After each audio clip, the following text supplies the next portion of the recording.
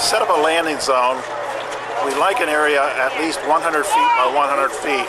Although in instances we've said we can use a little bit of a smaller area, about 80 feet by 80 feet, but it would have to be some situation where we needed to use that little area.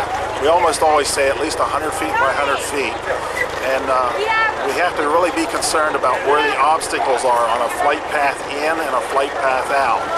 So we can come in on a gradual glide path and also be leaving on a like glide path out. Before we come into an LZ, we always try to make communication with somebody on the ground to get an LZ briefing.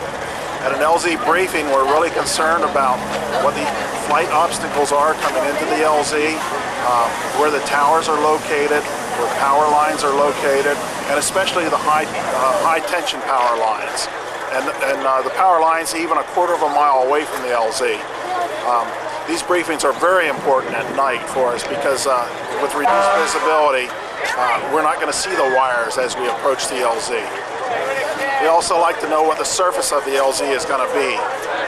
For the surface of the LZ, the only thing we really do not like is a gravel surface where we're going to kick up a lot of dust once we land. And so a sod surface or farmer's hayfield or a paved surface is what we prefer. For a slope area, we can go to about 5 degrees slope on an LZ. But if there is a slope in the LZ, we like to hear about that during our LZ briefing. Once the aircraft lands in the LZ, typically the medical crew will get out of the aircraft immediately, and they'll get out even before the rotors are shut down.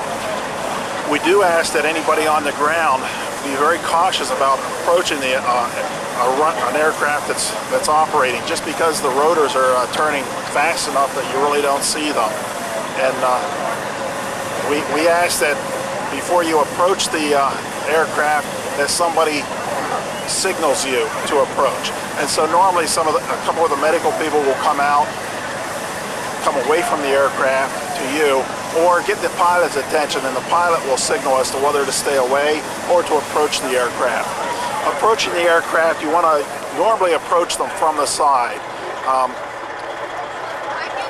With some of the newer aircraft, the rotor blades tilt down quite a bit in the front, and they tilt down to the extent that a very tall person can be hit with the main rotor blade. So the safest area to approach is from either the right or left-hand side of the aircraft. The area that is important to avoid is the tail of the aircraft. The tail rotor spins at quite a bit faster RPM than the main rotor, and it becomes pretty much invisible, and especially at night. You just don't see the tail rotor. Keep that in mind, and just try and stay alert when you're around an operating helicopter, and it should be okay.